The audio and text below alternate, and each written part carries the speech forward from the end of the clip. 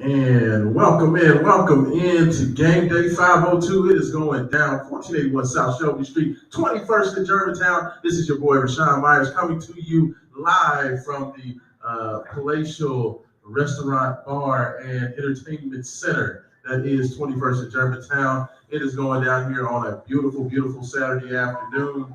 We are going to be discussing Super Saturday. It is the day before the greatest day of the pinnacle of NFL football.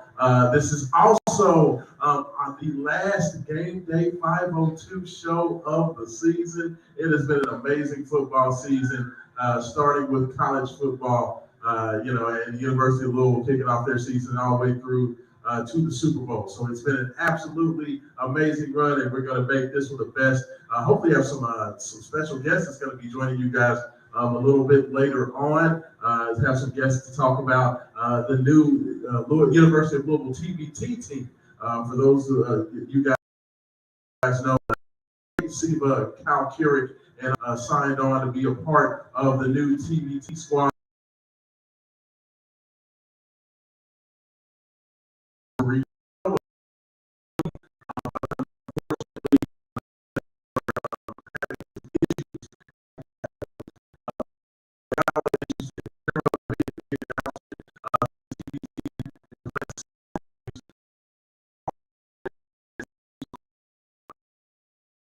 So that's going to be very exciting as well. So lots of things going on, and we'll be discussing that for the next couple of hours. Haven Harrington will be joining alongside soon as well. So definitely want to get that stuff kicked off.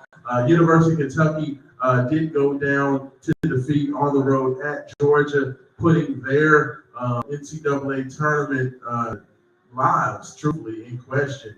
Joe Lunardi this morning on ESPN advised that, per his opinion, if Kentucky lost this game at Georgia today, at least as of today, Kentucky would be out of the NCAA tournament and would not be on his field of 68. So very noteworthy that Kentucky took that L today. So definitely want to talk about that as well. Since Louisville's not having the best season, Larry, it's fun. At least Kentucky's not having any fun either. I know that's petty. I'm sorry, people. I am a shallow individual. So I can at least admit that about myself, that I can revel in Kentucky's pain. I know that's terrible to say, and I know I'm supposed to be more advanced than that, especially as a member of the media for as many years as I've been doing this. But hey, what can I say? The Wildcats having issues, I'm definitely okay with it. It's been some great games on so far today. Auburn and Alabama going at it, kind of the college basketball version of the Iron Bowl. Those two teams going back and forth. We're going to check in on those games and scores as well. They were kind of going back and forth. It was a tie ball game at the half. As I said, the Wildcats did go down on the road at Georgia. The Bulldogs and Mike White, his first year as the head coach of the Bulldogs, definitely trying to get Georgia back to, I guess not contending, but at least legitimacy. Like Georgia for a while there was pretty much just a kind of walkover squad, and they're not really that right now. So, I think that has to be commended. Yeah, right now Alabama is up 4 on Auburn, 68-64, as they continue to play last 4 minutes of the second half there on ESPN. You also have North Carolina absolutely blitzing the Clemson Tigers, 91-71. So right there, no problem for the Heels. So it looks like that one actually just went final. It's a lot going on. This is the one thing I love about this time of year. Even though we're winding down with football, this is when college basketball kind of takes hold and everybody starts really paying attention to it. That's why it was always fun as a University of Louisville fan, was to be able to know that kind of the national consciousness is now going to be talking about Louisville, going to be talking about seeding, going to be talking about where they're going to be playing in the NCAA tournament, who's going up a seed, down a seed. This year, just unbelievable. Louisville sitting currently at 3-21 on the season, not really in the conversation, and that's just unbelievable. That is the best way I can put it. It's a place that we're not used to being. I know it's people continue to talk about. It's been a very difficult 5 years, and it's been a very difficult stretch of time for University of Louisville as far as their program. But I just, no one thought it would be this bad. I know a lot of people said, well, we know that Louisville wasn't going to have the best season, which was understandable. But I don't think anybody had in mind what's happened so far with Kenny Payne's first edition of the Louisville Cardinals. So, with that being the case, unfortunately, we've had shows where we've just kind of talked about the issues and the questions around them. Of course, Louisville is headed on the road. They will be heading down to play number 19 Miami. They will be that game will be kicking off at 7 p.m. on the ACC network as the Cardinals take on the Hurricanes, Isaiah Wong and those guys, the Jim Larinaga crew down there in the 305 area code. Louisville loves the 305, at least for recruiting purposes in football, but I think tonight may be a house of horrors, especially coming off a very, very difficult loss on the road at Pittsburgh. Jeff Capel and company really did a number on Louisville on Tuesday, and it kind of seemed like it's going to be very interesting to watch this game tonight, because I think that I started to see maybe some signs that Louisville was letting go of the rope a little bit, and I hope that's not the case. I hope that they're going to continue to fight and continue to be a big part of at least finishing with some dignity, because as we talked about on the Wake Up 502 this morning on 96.1 WXVW, the one thing that you could say about this team, it seemed like Kenny Payne still had the belief of the players. The guys were still very positive about everything that's going on. And last game was probably the first time that I saw maybe a little bit of, I don't want to say just pessimism, but it just seemed like they started to quit. And that was kind of the earmark of the end of the Bobby Petrino era in 2018, was that the players started to kind of just allow themselves to just get beaten badly. 50-point losses, and giving up 50 points after 50 points, and just getting destroyed and demoralized, and really acting as if they didn't want to be there. Now, I'm hoping that that's not the case with this Louisville squad, but I don't know. I don't know where the mental headspace is, and that's one of the reasons why I do think it's going to be very interesting to watch that game, to see the body language, to see how things continue to play out. Because even with all of the losses and everything that's been going on, one of the things that's been very consistent is that the team has played hard, and they've not been there. But El Ellis, who's been kind of the go-to everything guy for Louisville, just really looked out of it in the last game, and that's what scares me. That's something that I feel is going to be something to keep an eye on, because there's still a lot of basketball to play. I mean, when you're talking about another 8 regular season games remaining on the schedule, there's still a lot to happen, or at least 7 regular season games and 1 game in the ACC tournament. So, with that being the case, you don't want to see a team that still has that many opportunities to go out to just really be out there not performing. That can't happen. Because when those things start happening, we start seeing kind of what we saw last year with players kind of going back and forth at each other. You'll start having stuff trickling out about people talking to parents and, all those types of things. You don't want to have any of those types of things happen. So we'll definitely keep an eye on that moving forward. But again, that is ACC Network tonight at 7 p.m. Cardinals taking on the Hurricanes. Not really too much in the way of a big-time breakdown for that game. Miami is a very, very good team. They just came off a 30-point destruction to the Duke Blue Devils. With that being the case, this is definitely one of the best teams that Louisville's played, and clearly probably the best team that Louisville's played since taking on Arkansas in the Maui tournament. So at the Maui Invitational, it's probably the last time Louisville faced a team and an opponent with that type of ability. So this is going to be a huge test for the Cardinals. So we'll have to see what happens with that. I'll be interested to just kind of watch how this thing unfolds. Emmanuel Corfor had a pretty strong game last time out for the Cardinals. He went out there, let's get his stats back up here. I believe he was 6 points and 8 rebounds. I mean, you're not blowing anybody away with the stats, but I definitely think that the Cardinals have gotten a good, for somebody who came in at mid-year and just started playing the first week of January, I believe. And, for him to jump right into the heat of ACC play and to play as well as he has it's amazing. So Emmanuel Corfor for the game on Tuesday versus Pittsburgh on the road, 6 points, 6 rebounds. He did have 3 fouls and a turnover as well, but also knocked down a 3-point shot and was 1 of 2 at the free throw line. So, not great numbers overall. Nobody really had good numbers in the Pittsburgh game. It was a bit of it was probably the first game where everybody was playing badly.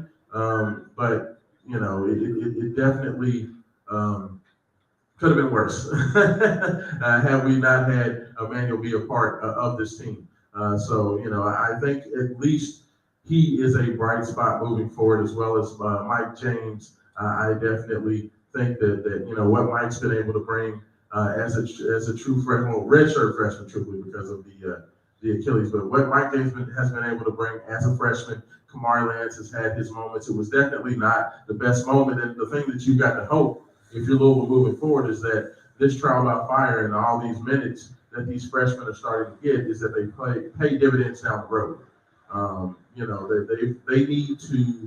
Louisville needs to find as many players that they know can play as possible. This is not going to happen this year. Like, we understand that the die is already cast for this year. You're just happy if you can try to win a game or two down the stretch. But what you want to do is set yourself up to be in a good position moving forward. And that's going to start with, keeping your freshmen here. That's why I think that it's important to see the way the season ends. Because, Kenny Payne wanted to talk a lot about not being, having kids that are broken and having these players that don't really have the belief in themselves, or, having the, what did he call it? He called it broken because of everything that happened at Louisville last year, which I kind of laughed at because I didn't think I saw that with the Louisville team itself. So I thought that was a bit interesting. But if this season continues to go the way it's going, especially with what we saw in the Pittsburgh game, if they don't have the right attitude going into this last several games, the negativity that can surround the team moving forward is something that you don't want to have as part of your makeup. And that's what I worry about with these freshmen. If they get tainted by the losing and by kind of the negativity that can surround a season that kind of falls off the wheels, it can cause problems moving forward. And that's what we don't want to see happen. We want to continue to see a team that's fighting, getting better. That's why I really feel like it's almost better if you have a lot of the young guys in there. If you just bring Hercy Miller out there, you bring Fabio Basili out there, you're playing Kamari Land, you're playing Mike James, you're playing Emmanuel Corfor, and kind of letting that core group figure it out. They're going to have a lot of youthful energy. They're going to make some mistakes, but at least they are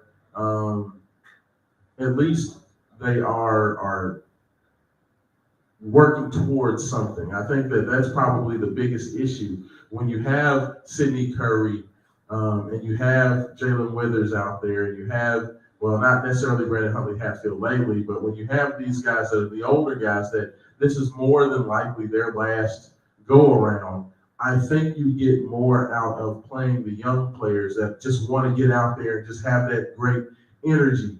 I just think that you're going to get more out of it. So, I'm hoping, fingers crossed, that Kenny Payne, I've kind of lamented the fact that he's not done much in terms of adjusting we've pretty much seen him roll out the same starting five all year. Of course, when Brandon Hatfield went down with the injury, JJ Traynor, JJ took his spot in the lineup, and he's been in there. And I'm definitely okay with JJ playing as well. He's not been a guy who's played a lot, so I think that that's another guy that can be out there. But we've seen kind of that same lineup, and see the same old people kind of shuffling up and down the court and just continue to lose anyway. My personal opinion, I think you would be better served by letting those young guys get out there, letting them kind of get their feet wet, and just kind of go from there. I don't see the reason and the point of continuing to play guys. Because we've heard everybody talk about there needs to be an immediate upgrade in talent. There needs to be a flip of the roster. There needs to be a lot of things and a lot of changes made to the team.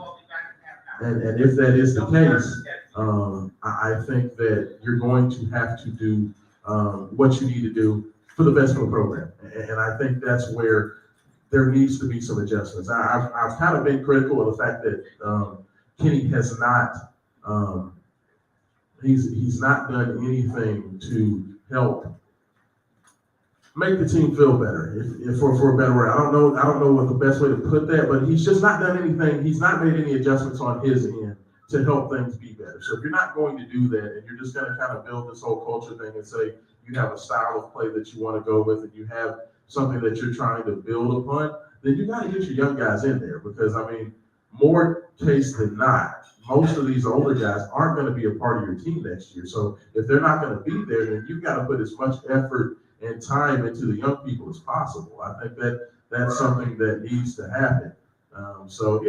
We'll go ahead. We'll see what happens with that.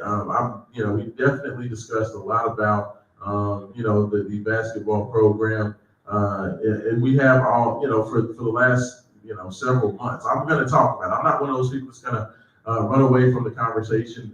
That's probably the most topical and the biggest thing on people's minds, even though it is Super Bowl weekend. So, of course, with the Chiefs and the Eagles, people are invested in that. But this is a college basketball town. This is a college basketball city. Everybody's either UofL or UK crazy around here. So it's something that people are still looking at. I don't care. Like, I hear people on the radio and they call in and they're like, Rayshawn, I'm not watching them no more. I'm not going to no games. I'm not doing this and I'm not doing that. Let me tell you something. Every little game that comes on, all of y'all will say y'all ain't gonna watch no more. All of y'all will say you're not paying attention. You know good and dang well that you turn that game on as soon as it starts and you watch the game. Now, you may turn it off. You may just throw your hands up in frustration and have to, turn it off and do something else because your blood pressure is going up. I've had to do that myself. So, but you're still watching the games, and I know you're watching the games. So y'all can save it with that. But it's been something that's been a very tough go because when you're doing, I've been in the media game in this city for, I've been in the media since 2004, I believe is when I started here, and I started writing for InsideTheVille.com. I've covered a lot of teams. I've covered a lot of Louisville basketball and a lot of Louisville football, and I've written articles and done this for a long time. I've never seen anything like what's going on here. And, we kind of talked about some of the, what you call, quote unquote, the worst Power 5 teams and the most desperate of seasons.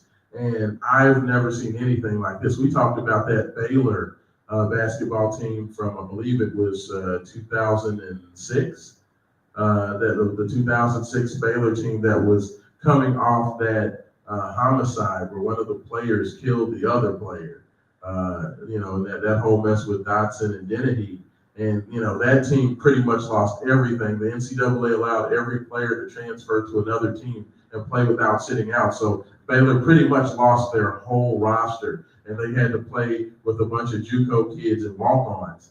And even that team was more competitive than what Louisville is putting on the court right now. And for that reason, that changes the narrative. I know a lot of people, ask if Kenny should be back and if he should be, allowed the opportunity to come back and do this thing again and run it back. But when you are that bad and when you are that just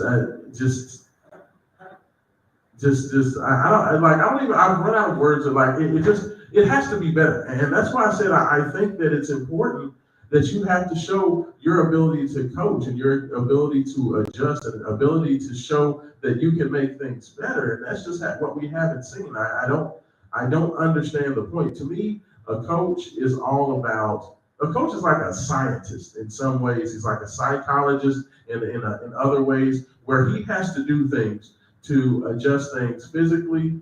He has to be able to adjust kids' minds mentally, and he has to kind of figure out, okay, if what I'm trying to achieve is not working, doing something this way, then let me change and adjust things over here, move these pieces around to try to do it that way to see if I can get better. And that's the one thing that we haven't seen this year, is that there's not been much in the way of making adjustments. We haven't seen anything in the way of if this isn't working, if these guys aren't being successful in these positions, and this isn't really working, then let me change what I'm doing.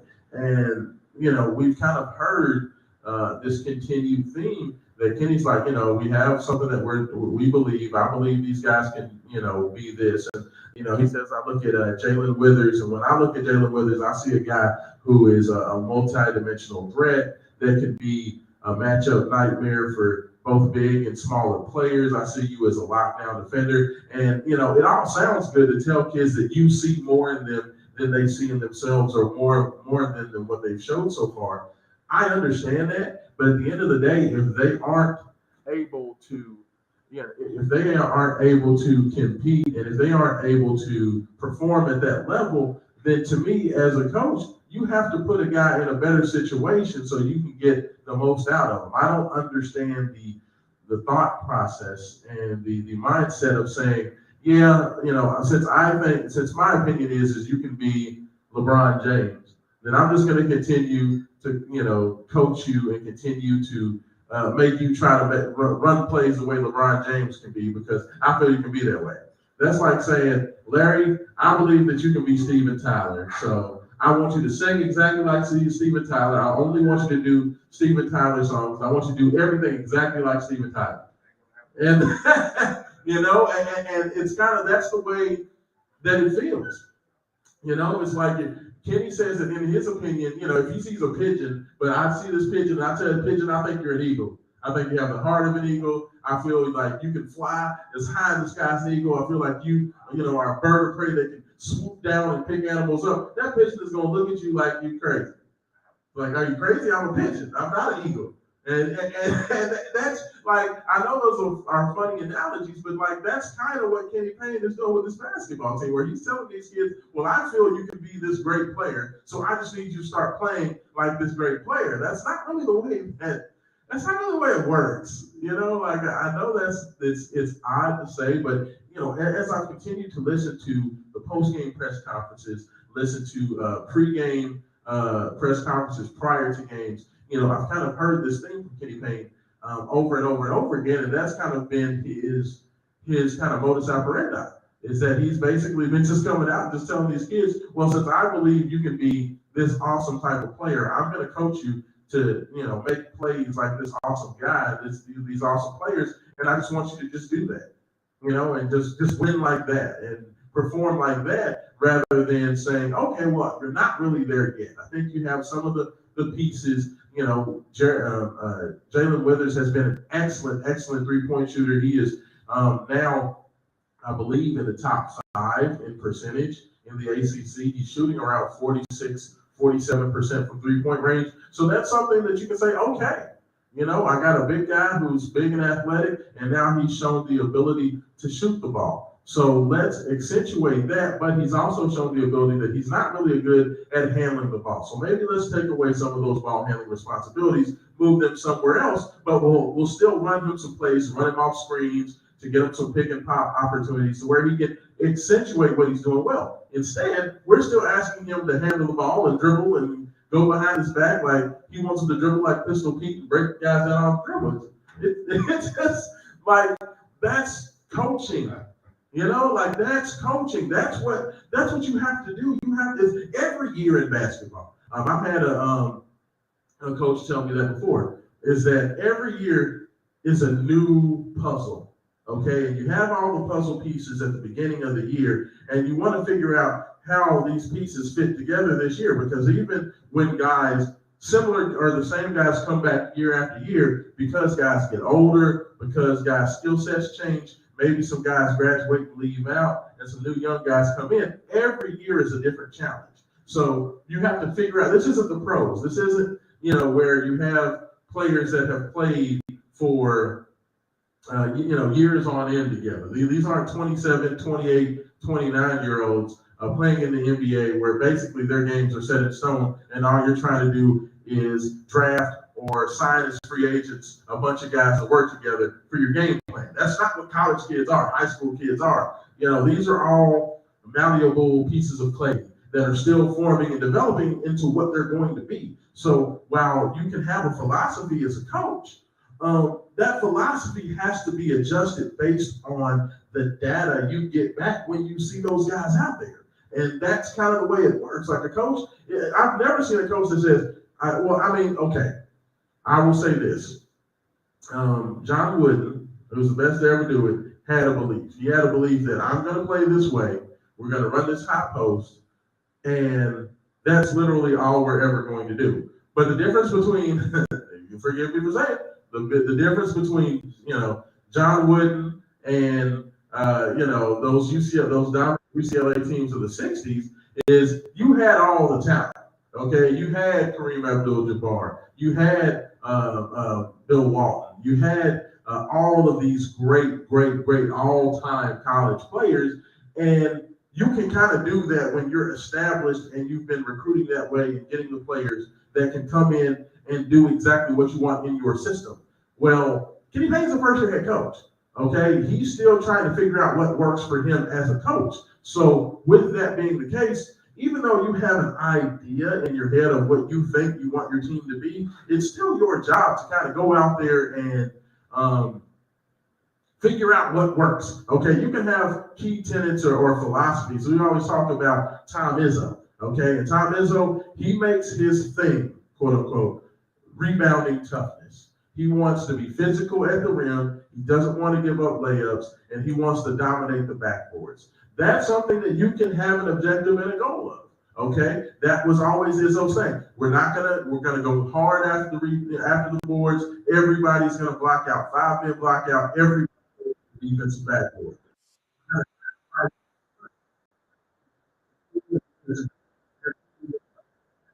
And coaches, that's something you can do. You can take a single piece of a game plan and say that's what we're going to coach to. Rick Pitino, what was his thing? His thing was physical conditioning, deflections, okay, and being very aggressive in terms of shutting down the three-point line.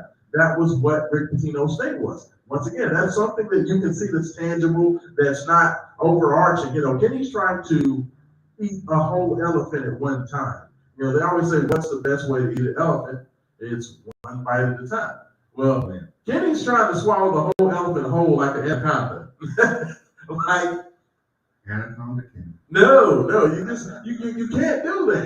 Like it doesn't work like that. That's not it's never been like that. I don't care what level you're coaching at. Like you can only do so much and bite so much off at a time. And you also have to look at the skill sets of the players that you have and kind of work attainable goals around that.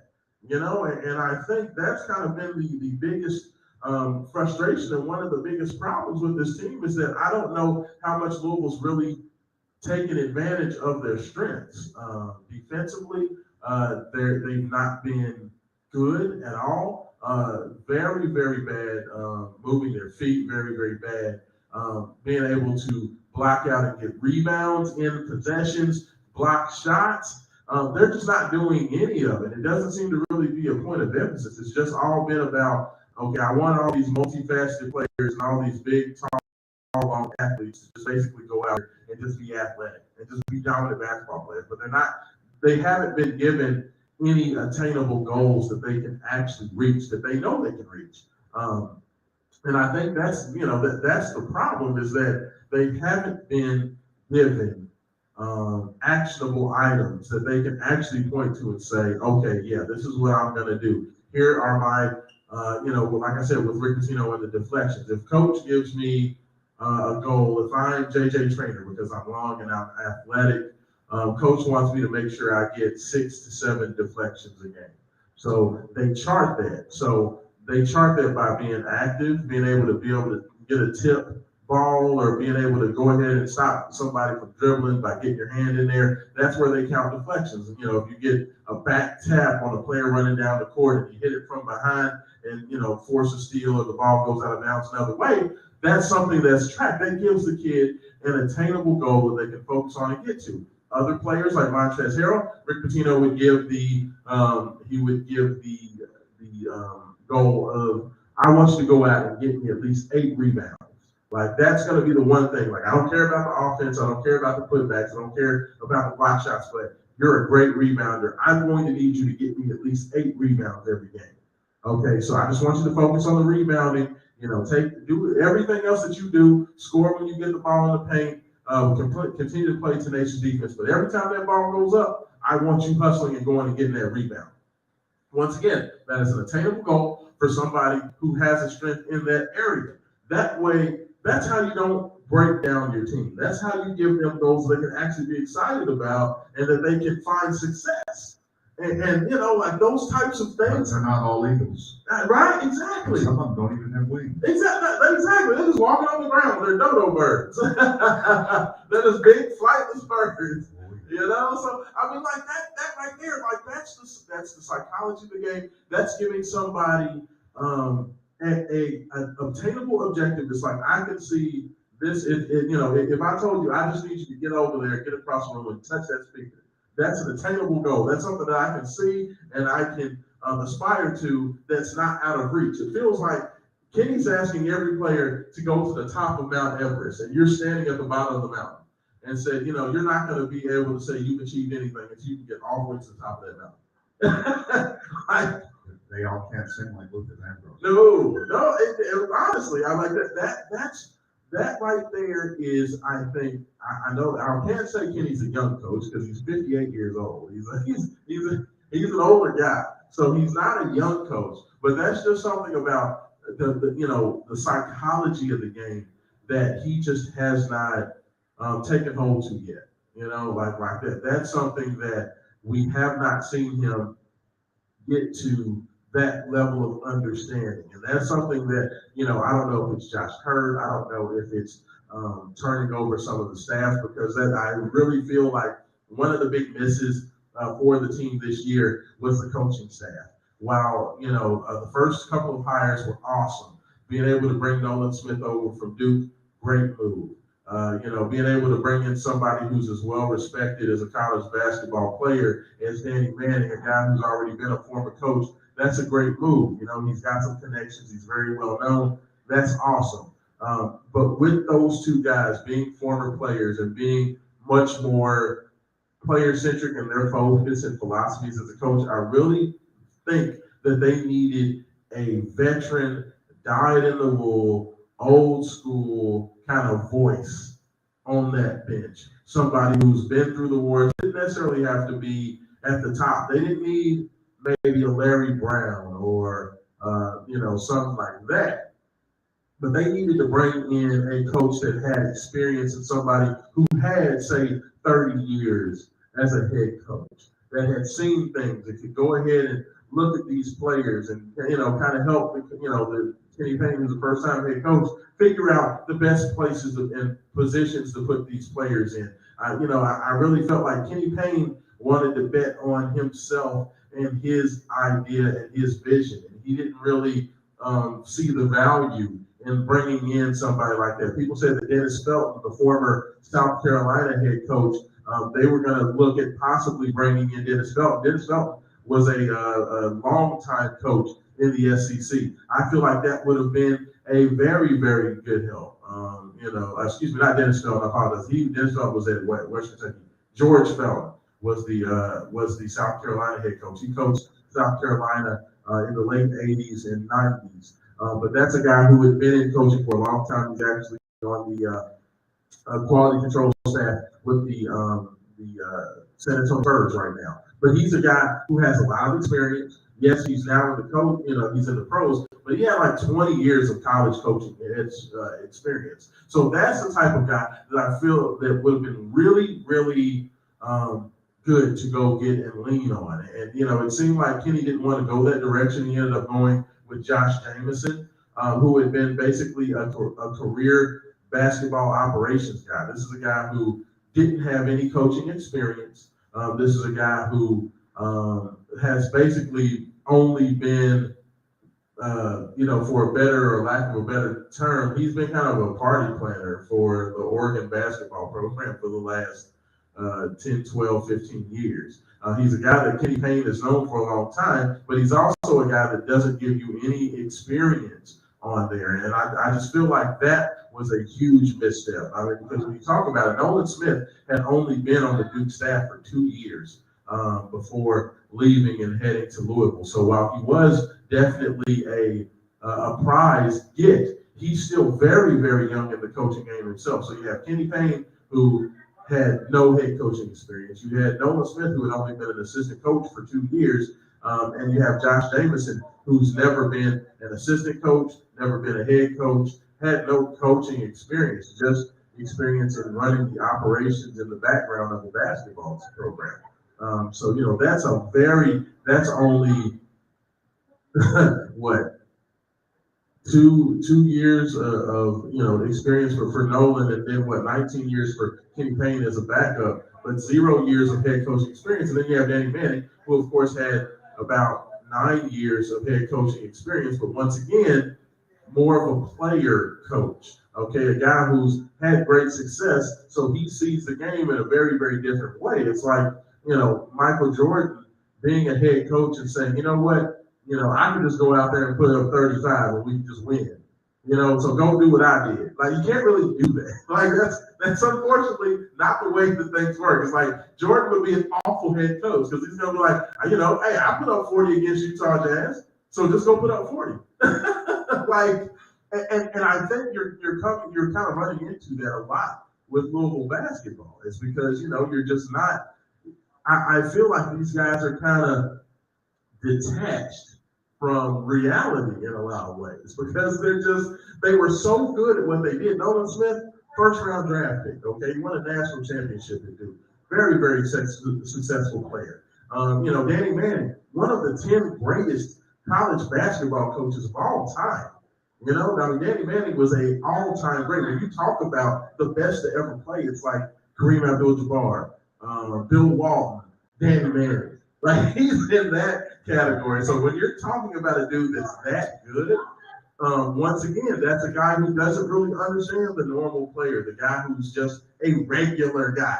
It's like it's very, very it's easy for these guys to get out of touch. Okay, they don't do it on purpose, but they were so good at what they did that they're detached from the norm. Absolutely, it's kind of like it's somebody who has who's a billionaire and be like, well, why can't you just go out and buy that guy? I just go ahead, I don't even worry about money. I don't worry about any of that. So it's like, okay, well, not everybody is you.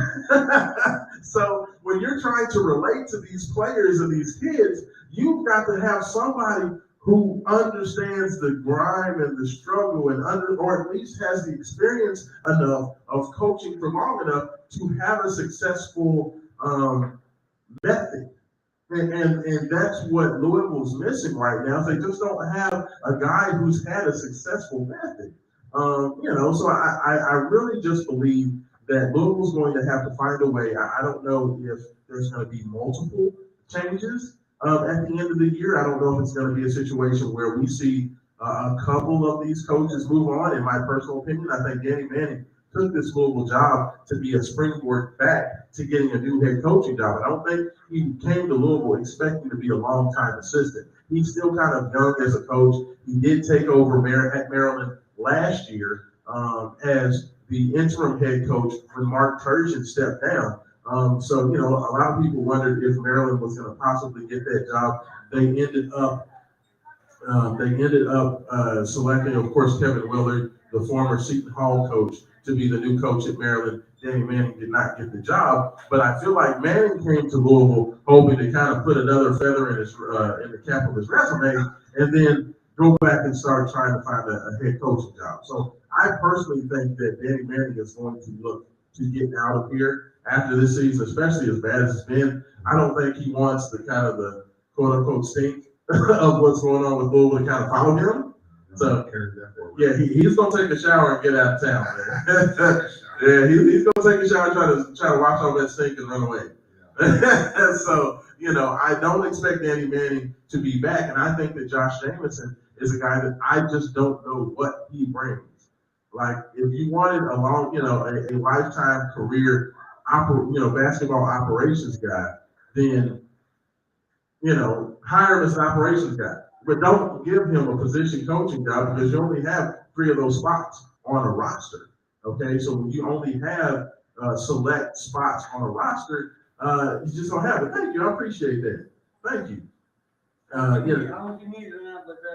no. Hey, actually, this is right on time. I appreciate that. That little man over here. What's your name?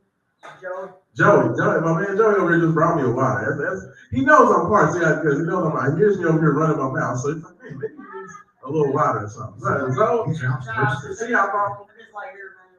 Yeah, no, I appreciate it, man. Thank you. Hold on, let's take a quick drink. Man, that's right on time, man. Absolutely, I appreciate it, man. But I think that Louisville's going to have to do some serious things. I don't think Kenny Payne is going to be going after this year. Okay, he's going to get another opportunity to turn this around, mainly because he's an alumni. Okay, he's one of your favorite Cardinals all time.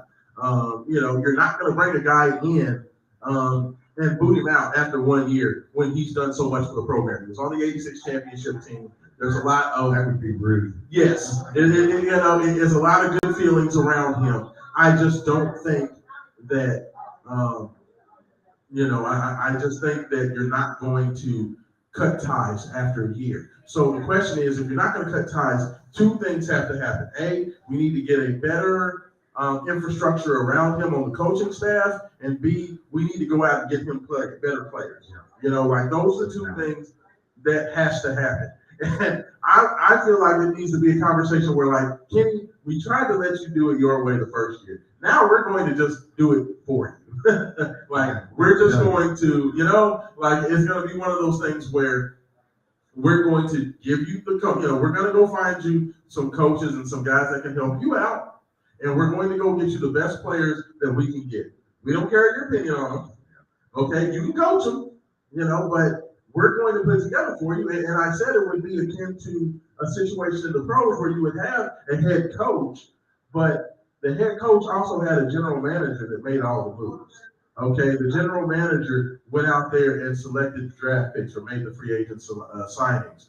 You had somebody to, the front office would decide what assistant coaches, or at least would have input and feedback on who's going to come be a part of that. I think that at this point, with what Kenny has done with this team this year, he needs help even if he doesn't want it. And I think that needs to be the conversation. And especially if he doesn't know it. Absolutely. Hey, there's a great word, Larry, that I learned a long time ago, metacognitic. Okay? And being metacognitic basically means to know what you don't know, or to be mindful of what you don't understand. Okay? And that is something that has been missing this year. Is the fact that you have to be able to understand where your weaknesses lie. Okay, and I don't think that Kenny has really understood that. Like, when I still hear the guy going to press conference after press conference or at the coaches show, still talking about belief and the culture, and these guys just don't understand what it means to wear the Louisville jersey. Like, I'm sorry, Larry, but pride is not going to win you basketball games. Pride is not going to make you a better player. You know what makes you a better player? And they have a framework around you. Exactly, like actual coaching and adjusting to guys and meeting players where they are to help them become better is how you get better. Pride is never, like, being proud of the jersey that you're wearing. Like, I'm sure these kids at TCU, I'm sure they're happy to be playing basketball at TCU, but it's not pride that's the reason why the Horned Frogs are 17-7 and 6-5, in the Big 12 and ranked number 17 in the country. It's not all that pride that's winning them games. It's good coaching. It's a smart system. It's understanding how to prepare a team to go out there and be successful, and understanding what parts you have and helping them to be as successful as they can. That's why they're there. It's not pride. Baylor isn't.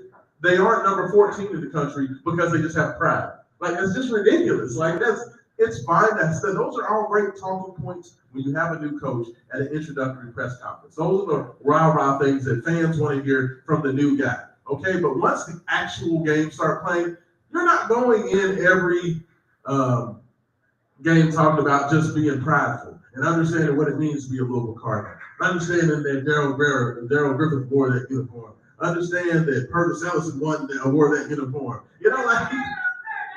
Understand that Zoe cooks in that kitchen. So I want you to be as good a cook as Zoe, just because Zoe's in there doing the thing. So if you can't do what Zoe's doing, you just need to try hard. I'm never gonna be as good as Zoe. Like, Zoe is a genius in the kitchen. Okay, I know I'm a decent cook. Okay, but I'm never gonna be Zoe. Like, never. I don't care if I cook in the same kitchen as Zoe. I don't care if I pick up the same pots and pans that Zoe uses. I'm never gonna be Zoe. Okay? That doesn't have anything to do with pride. It doesn't have, it doesn't have anything to do with that. It's ridiculous. Magic pots and pans. I'm telling you, right? It is. It's magic. It's like Fantasia. Yeah. You know what I mean? That's the things that are just ridiculous. Like, when I hear it, it's just like, come on now. Pride isn't like me being proud of cooking isn't gonna make me cook like you. I'm not going to come out with the most amazing tofu sandwich I've ever had in my life, even though it was the first tofu sandwich I was going to had. say you never had tofu before. I had never had tofu, but it was definitely the best tofu sandwich I've ever had. You know what I'm saying? Me being proud is not going to be able to make me put that together. They are tasty. Oh, they're amazing. By the way, hold on. What was the name of that tofu sandwich? So it's our take on like a crispy, chickeny, fishy type tavern sandwich. So there's 3 sliders on a little brioche bun. Yes. We made a little spicy mayonnaise, some fresh shredded cabbage that has a little mustardy sort of vinaigrette on them, some pickles, and then the tofu itself is pickle brine. You got to spend some time with tofu, otherwise it just tastes like dirt. a thing. It just tastes like when you look at like astronauts eating astronaut food, and you think, damn, what's that supposed to taste like? It's kind of like, or in some bad 70s movie, The Food of the Future. Oh, yeah. When they take a bite of it and they don't have any look on their face like there's any enjoyment involved. Yeah, absolutely. So there's a voice coming from nowhere. Yes, sit on down, Zoe. Look, this is Zoe right here, y'all. Say hello, Zoe. I love me some bad 70s movies. Hello, Zoe. Absolutely. But no, I mean, like. But where they eat the thing of the future, the square thing, or the magic pills or whatever. And you can tell when they take a bite, there's no enjoyment. There's no goodness in that. Enjoyment dream. And it's big.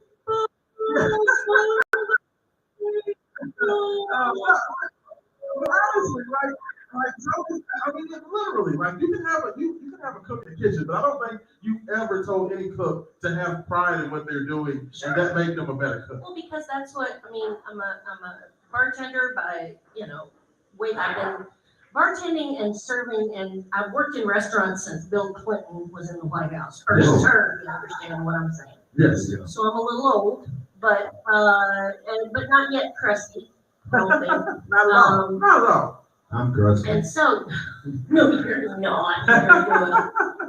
Anyway. So the tofu is marinated. Yes. It's pickle brine marinated, and then we bread it with mustard, and then we also we have a little special. We ain't going to tell you what's in it. Flour, and fry it in a separate pan so it doesn't get fried with anything that could be meat related. Yes.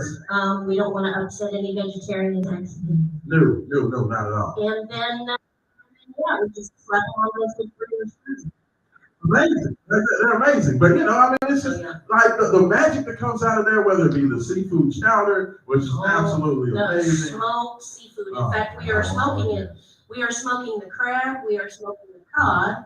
We are smoking the shrimp, and we are smoking the bacon I mean, that goes into that soup. it's amazing. Yeah. Delightful. It is absolutely It is amazing. delicious. But I mean, the magic that comes out of that kitchen, I could go in that kitchen. I can tell you right now, Mhm. I am never going, what they do in that kitchen, I'm never going to be able to do in that kitchen. But Like, the pride of knowing that, like, I made this, or my team and I came up with this together. We tasted it. We said, oh, I don't necessarily like that, or I don't know, I like the texture of that better than this. Yes. And then coming up together with a new thing. Absolutely. Yeah, exactly. Less spice, more spice in place of Right. tofu You're slices. working They on your needed game. You're working a on little your game. kick. But not every vegetarian wants to have their mouth burned out. So Right. they want to give it a kick without burning everybody It down. was amazing. Like, it was amazing. It was absolutely amazing. Like, I was like, wow. Mhm. Like, I've been talking about it. I There was are talking things it. to be said. I was for giving talking up about meat it for on the a morning show, and gave you all the credit. I was like, let me tell y'all something. Like, I've never had tofu, but I'm telling you, the best tofu in the city is right here at 21st and Germantowm. We got good tofu slices. I'm telling you, it's amazing. Like the magic, like people don't understand when I talk about here at 21st, all of it's so many different dynamics to come in here. Yeah. Like it's amazing. The food is amazing. We try to listen to the people that are in here on a regular basis and say, Absolutely. I like this and I like this, and have you ever considered doing something with? And then that, sometimes that goes in the hopper and it marinates for a minute. Yeah. And then we try and come up with our own version of it. It's amazing. I mean, it's literally like going to one of your fine dining establishments, and the fact that you can get this level. Hey, I get better food here than some of the best places that I have been around this city, and I'm being honest. So when I talk about you can get that level of food, right, and then you add to it amazing karaoke, of course, karaoke tonight. You can have fun. Comedy. You're having a comedy show tonight, and the fact that's going to be awesome. It's gonna be so great. Like it's just. It's so much like it's an experience, y'all. Like y'all understand. Like and what they always say, I'm not only a member or what I'm not only a spokesperson. I'm a client. Right. Oh yeah, I believe that's the I believe. Yes, the little no, game. You got plenty here. No, I'm not just a client of the Hair Club for Men. I'm the president. Exactly. Yeah, so even though I am a mouthpiece for the spot, trust me, I have been here long before I ever started doing anything working with these guys. And you'll be here till 4 a.m. Oh, absolutely. As will I, so I'll see you there. Oh, yes, definitely. Are you playing some music? Oh, you're better. Hey, See, hey, I found that out last week. I had that happen when we were using this. I was like, is somebody tapping on a microphone? What is happening right now? He's testing his batteries. And I went back there and I found where Larry keeps his secret stash of batteries. Oh, okay. It's like I thought I stashed it. It's like a little magical little wonderland back there. I've never been back there before. I was like, oh, look at all this stuff back there. I just thought it was like a little jail cell back there. It does look like a jail cell. That's what I always thought, was just a little jail cell. Personally, I don't, but then I'm real clumsy. I bump into everything. Don't go back there breaking elbows, bump my shoulder.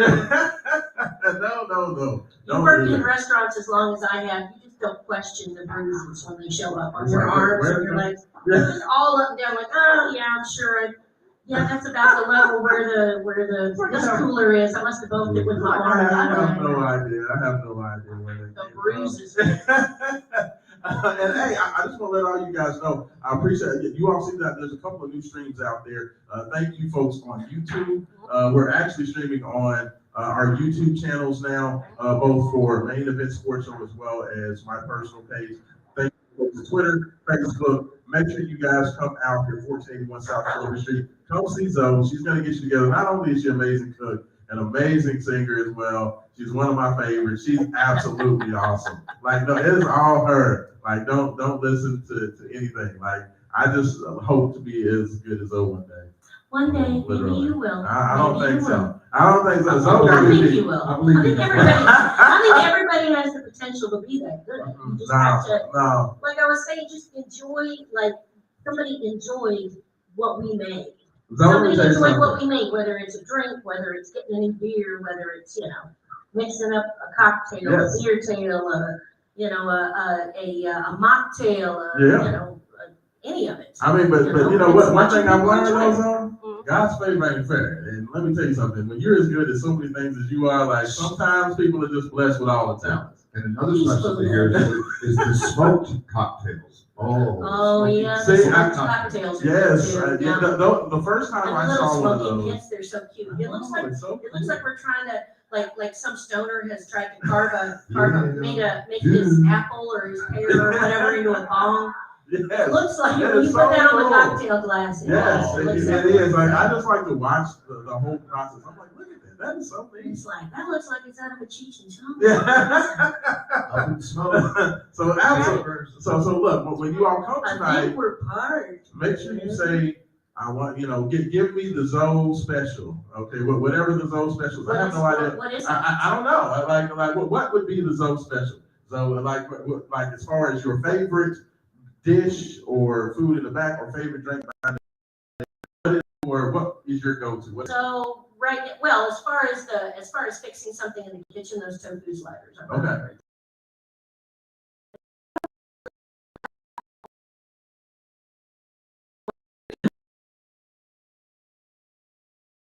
German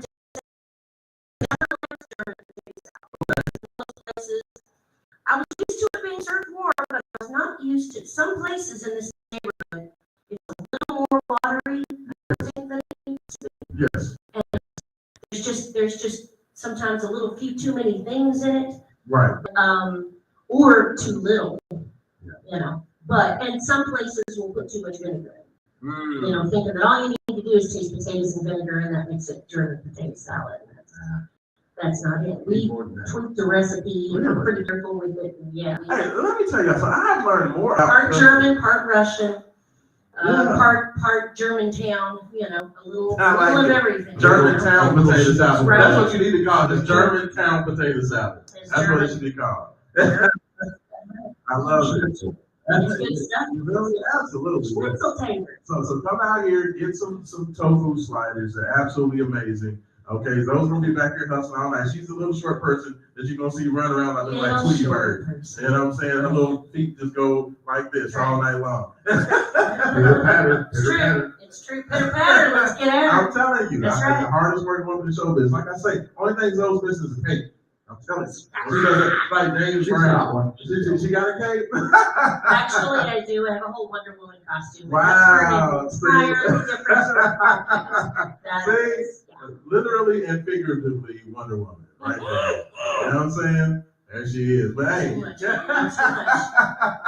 Don't lay it on that. I just keep it real, man. You know what I'm saying? Like it's magic here. So look, come out tonight, listen to the songs, listen to the singing, come out, do the comedy show in the back. I'll be here doing karaoke. Thank you, ma'am. I appreciate you so much. I know you are going to be back there whipping up some magic with all the pride that is 21st in Germantown. All that pride's carrying her, but let me tell you something. That's talent. That lady has talent. A whole bunch of it. I promise you. So, you know, it is, like I said, God's favor ain't fair, and that one over there, she's got it in spades. But I tell you what, She's ate up with talent. I'm telling you, right? I promise you, it's crazy. It's crazy, but we always have a great time here, man. It is. So you said now you said Big Ed is going to be handling karaoke tonight, right? Oh, look, Travis and Dalton just walked in the building. You know what I'm saying? Looking like he comes in like all he needed was entrance music. You know what I'm saying? He needed like some of that WWE. You know, the car crash or you know, the glass breaking like Stone Cold Steve Austin. He needed all that. So Travis is here. It's about to go down. Make sure you all come out. 1481 South Shelby Street. You know, I'll be here for another hour. Once again, this is the last show of the season, the end of the football season. It's been an absolutely amazing season here. Really appreciate everybody at 21st in Germantowm for everything they've done for Game Day 502. Definitely look forward to hopefully coming back next year as well. It has been awesome.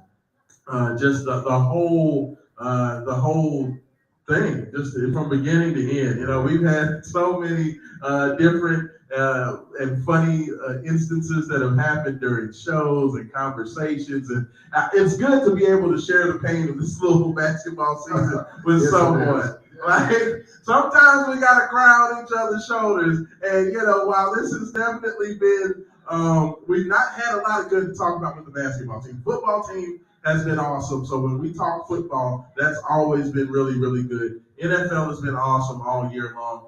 So to be able to end it like this is bittersweet, because I'll still be here and I'll still be around. Like I said, not only a spokesperson, but I'm a client, so I'm gonna be here. Fridays and Saturday nights, you can always find me in here doing And a karaoke. hell of a singer. I appreciate it, Larry. I try to hold my own. I just try to, like, my daddy is the hell of a singer. I'm just trying to. All the ladies out here love good. I'm just trying to be a little bit of what my daddy is every day. So, you know, that's the real singer. I'm just the reasonable facsimile. Okay, I'm like the cheap knockoff version. You know what I'm saying? But hey, we're gonna go ahead and take yeah, that's it. That's all I got. We're gonna take our first break. When we come back, hour number 2, we're gonna kind of get into the Eagles and Chiefs. We're gonna break it down Jalen Hurts. We're gonna break it down Patrick Mahomes, who are gonna be the movers and shakers. I cannot wait. It is a Super Bowl Saturday. It is going down 21st in Germantowm. Come on out, be a part of everything that's going on. Good food, good drinks, great entertainment, karaoke. We got billiards over here as well. So definitely be a part of that. It's going down here at 21st in Germantowm. We will be back.